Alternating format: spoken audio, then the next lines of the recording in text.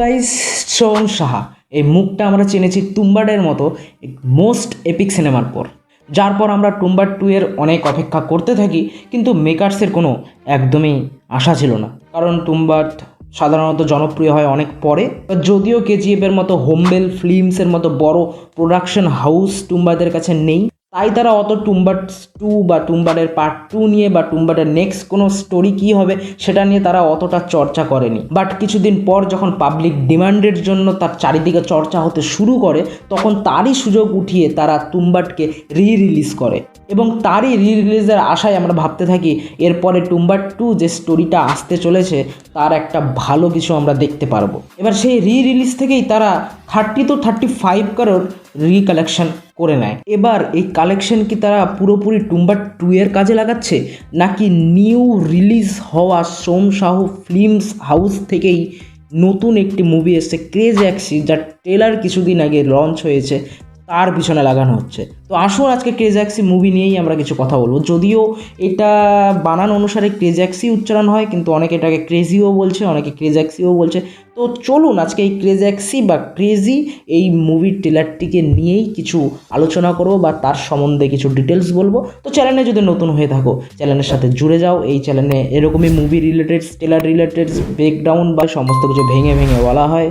তো চ্যানেলে নতুন থাকলে চ্যানেলটাকে প্লিজ সাবস্ক্রাইব করে নাও। তো চলো দেখা যাক ট্রেলারে মুভির মেন প্লট কী হতে পারে। তার আগেই বলবো একে ডিরেক্ট করছে গিরিশ কোহলি, যে রিলিজ হবে 28 ফেব্রুয়ারি সিনেমা হলে, তোমরা সবাই দেখতে পেয়ে যাবো। তো স্টোরির মেন প্লট এটাই থাকছে যে ডক্টর অভিমন্যু সুদ নামে একটি ডাক্তার থাকছে, যার একটি ছোট্ট বাচ্চা মেয়ে থাকছে, যাকে কিডন্যাপ করে ফেলা হবে এবং তার বদলে তার কাছ থেকে 5 কোটি টাকা চাইবে।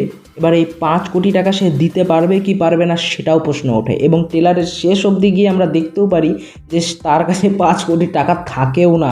ফ্যামিলি ইস্যু বা তার ম্যারেজ লাইফ অতটাও ভালো নয়, কারণ যদিও আমরা যদি তার স্টোরির একটা সিন দেখি যেখানে তারা তাদের বাচ্চা মেয়েটি কিডন্যাপ হয়েছে কি না হয়েছে সেটা নিয়ে আলোচনা করতে থাকে খুবই গভীরভাবে, তো তখন আমরা দেখতে পারি ওয়াইফের নাম বা তার স্ত্রীর নাম সেখানে জান দিয়ে সেভ করা।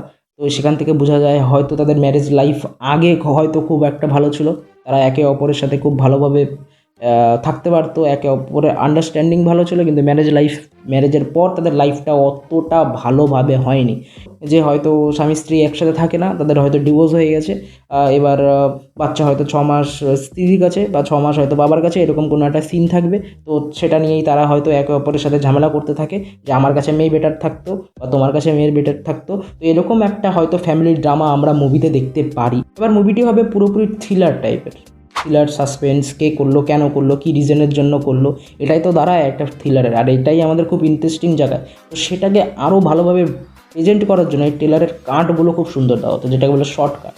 একটা শটের থেকে আরেকটা শট খুব সুন্দরভাবে দেওয়া হয়েছে। এবার মুভিটাকে সিম্পল ওয়াইজ করেই এডিট করা হবে বা মুভিটাকেও এইভাবে দেখানো হবে তা ঠিক বলে ওঠা যাচ্ছে না, কিন্তু কাট থাকবে কিছু, মুভিতেও কিছু কাট থাকবে। কারণ আমরা যদি একটা ট্রেলারের শট দেখি সেখানে পুরো মিরর ডাইমেনশনের মতো আমরা শট দেখতে পাচ্ছি, যেটা আমরা হয়তো মার্ভেলে দেখেছিলাম একেবারে স্পাইডারম্যান নো ওয়ে হোম বলো, বা বেশিরভাগ আমরা এটাকে ডক্টর স্ট্রেঞ্জের মুভিতে আমরা বেশিরভাগ দেখতে পারতাম। তো সেম মিরর ডাইমেনশনের একটা শট আমরা দেখতে পাচ্ছি, যেটা রিপ্রেজেন্টেশন খুবই ভালো। এটা ক্লাইম্যাক্স সিন হতে পারে। আমরা ট্রেলারে একটা শট দেখলাম, এই ক্যারেক্টারটাকে সাসপেন্সে রাখা হচ্ছে মুভির জন্য, বা সেই মুভি থেকেও দেখানো হবে কিনা, বা এই ক্রেজ অ্যাক্সিকেও পার্ট 2 করে দেওয়া হয় কিনা সেটাও একটা প্রশ্ন দাঁড়ায়। মানে কত রকমের প্রশ্ন চলে আসে, একটা ট্রেলার কত রকম সাসপেন্স দিয়ে ভালোভাবে ক্রিয়েট করা গেলে এতগুলো আমাদের প্রশ্ন মনের মধ্যে আসে। এবার যেহেতু এটা 28 তারিখে রিলিজ হবে আর আজকে প্রায় আমাদের 17-18 তারিখে, তো এতটা কম সময়ের জন্য কেন ট্রেলারটাকে রিলিজ করা হলো সেটাও আমি বুঝতে পারলাম না। সেই বিপরীত ক্যারেক্টারের সাথে কথা বলছে যে আমার পিছনে পুলিশও লেগে গেছে। তিনটে সাইড আমরা দেখতে পারবো, একটা মেন ক্যারেক্টারের সাইড চলছে, একটা বিপরীতমুখী যে ক্যারেক্টার আছে যাকে সাসপেন্স ক্যারেক্টার ধরলাম আমরা, সেই সাসপেন্স ক্যারেক্টারের একটা সাইড দেখতে পারবো, আর একটা সাইড দেখতে পারবো আমরা পুলিশ ক্যারেক্টারের সাইড।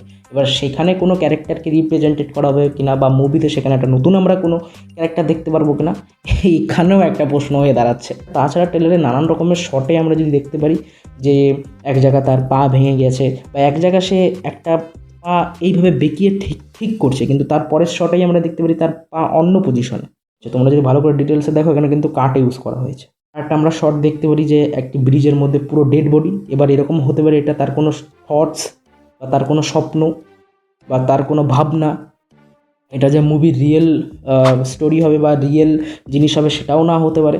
কারণ ট্রেলার কাটই ওইভাবে করা হয়েছে।